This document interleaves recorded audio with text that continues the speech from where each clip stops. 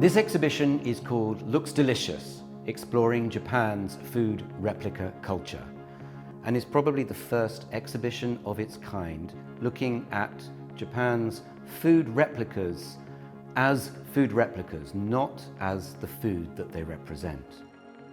This exhibition looks at how food replicas are made, the history of food replicas, how they're used, and also what the possibilities are for the future for the food replica industry. Initially, food replicas are there as a marketing tool for a restaurant or a cafe. They are there to entice customers in to the establishment quickly. They're eye-catching and they, in effect, look delicious. Here we have food replicas in situ. They are outside a kisaten, a coffee house or tea house in Osaka. This particular kisaten is a junkisa, a pure kisaten, a pure coffee house. This means it is something that was established in the Showa period, the post-war period, in the 1950s, 1960s, serving retro Showa period post-war cafe food. And food replicas are displayed outside this junkisa, as you can see here, with parfait and hot cakey. We have spaghetti neapolitana and also pasta bakes. These are typical coffee shop foods that you will find all over Japan.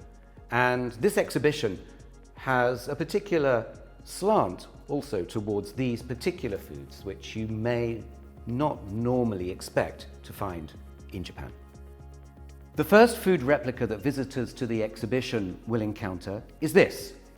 It's a plate of onions. It's here to try and explain the hyperreality of food replicas. A food replica craftsperson has to try and imagine what the memory of a particular food is for a person. They try and trigger that memory of what it looks like, what it tastes like, what it feels like. And these onions replicate the succulent inside of an onion and the dry skin, even though they are all made of a synthetic resin. The idea is to try and exaggerate what a food looks like or tastes like. What is extraordinary about the making of food replicas is that it is still really a very analog manufacturing process. It's not automated, there are no great conveyor belts in factories. There is a lot of handcraft still involved. And here we have two ways that food replicas can be made. Originally, food replicas were made out of wax. Nowadays, food replicas are made out of synthetic resin. What is also extraordinary about the food replica manufacturing process is that real food is used to create the mold for food replicas. So despite the shift in materials in the 1970s, the process ultimately remains the same. From the molding, the casting, right through to the hand coloring and the extreme detail that is required to make a food replica so realistic. With the shift in materials for making food replicas in the 1970s, there was a shift in the way that food replicas were able to be displayed.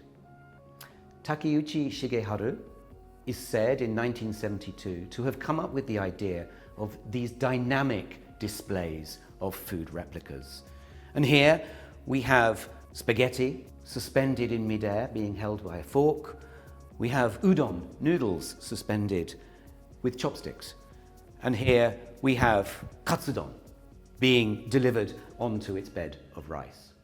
These dynamic displays were said to enhance the profitability of those restaurants who use them. And now this is particularly common practice throughout Japan. A food replica craftsperson will spend most of their time making for other people. There is not much room for individual creativity.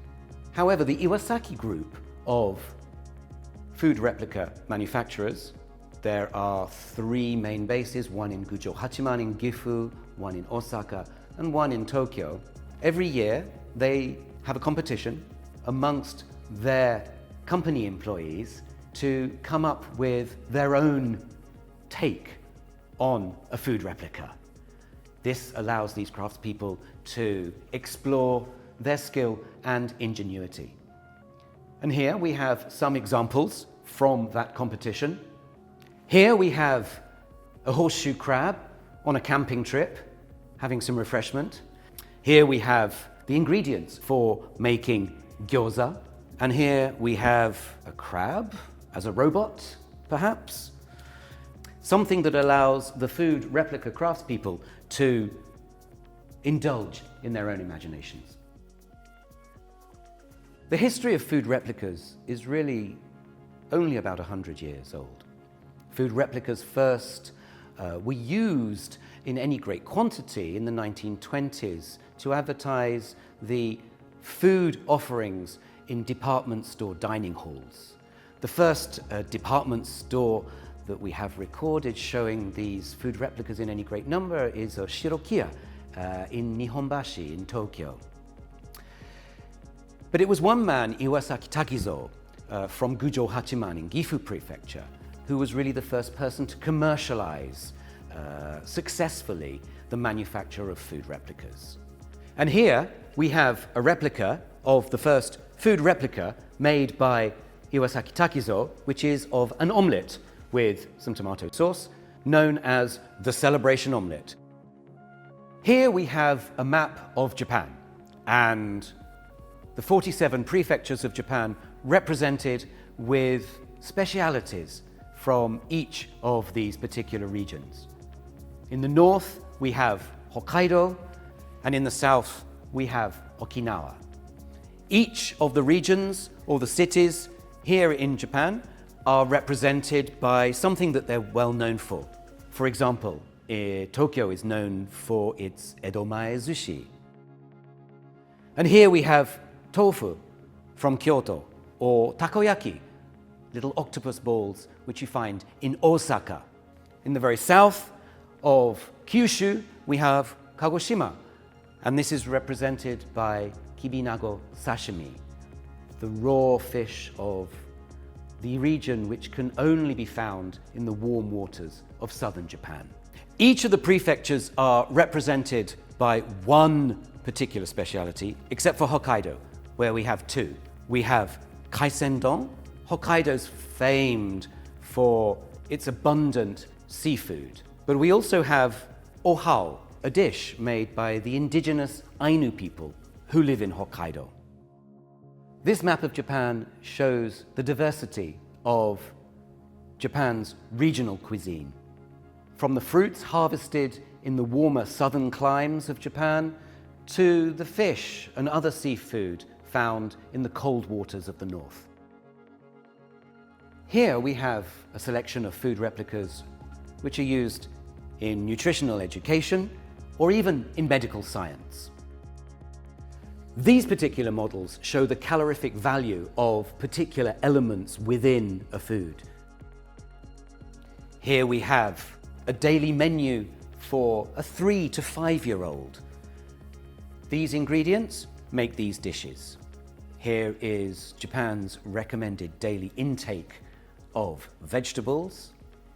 And here we have the various food groups identified for those with diabetes. And here, all of the things that you shouldn't really be eating or drinking in any great excess.